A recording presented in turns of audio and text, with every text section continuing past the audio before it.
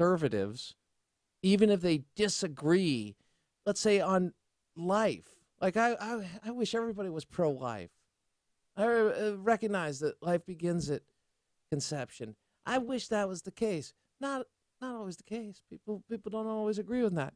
Reversing Roe v. Wade would throw it back to the states, and we'd have a conversation, and we'd go state by state, and that's how we get a constitutional amendment on marriage and abortion. That's my view. Okay, but I understand people disagree, but I'm willing to have that conversation, and I think our founders understood these things. Now, with life, it's the recognition. I think that people don't understand recognition that life is a life is a life. That's going to take time. Unfortunately, we've got to change the hearts and minds.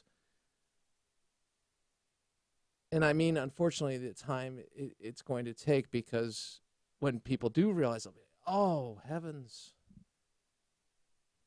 Nonetheless, I think America not only has seen the result of socialism and socialism light, Democrat, Republican Party, respectively, they see that when decisions are not made by the people who are closest to those decisions, they lose their freedom and power. And when they see decisions that have been made on the economy, for example,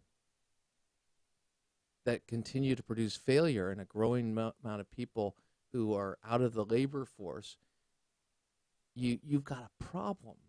They're seeing the results of liberalism.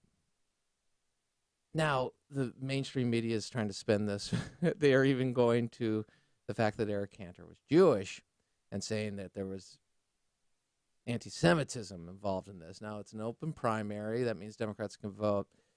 And does that mean Democrats are there's more anti-Semitism or anti-Israel viewpoints in Democrats than Republicans? I don't want to make it about D's and R's, but if you're looking for anti-Israel policy, just go to the White House. They're really funding the destruction of Israel as we speak because they're supporting Hamas, something they said they wouldn't do in 2008. Nothing but truth, folks. If you want to look for anti-Israel sentiment, let's look at somebody's actions, like the policies coming out of the Obama administration. Let's call it for what it is. But they're going to look for that. And if you're looking for racism, take a good look within the Democratic Party and the history of that, and measuring everything by color. I mean, you look at the KKK. I mean, but I don't want to do that because I don't think it's about R's or D's. And it's your vote, your business, buffet, take it or leave it. What I want to do is say, if you want to look at racism, look at the left. Because they're consumed by race. They don't want you to be judged by the content of your character. They want hyphens. They want to break this up. Because they can't survive without the division.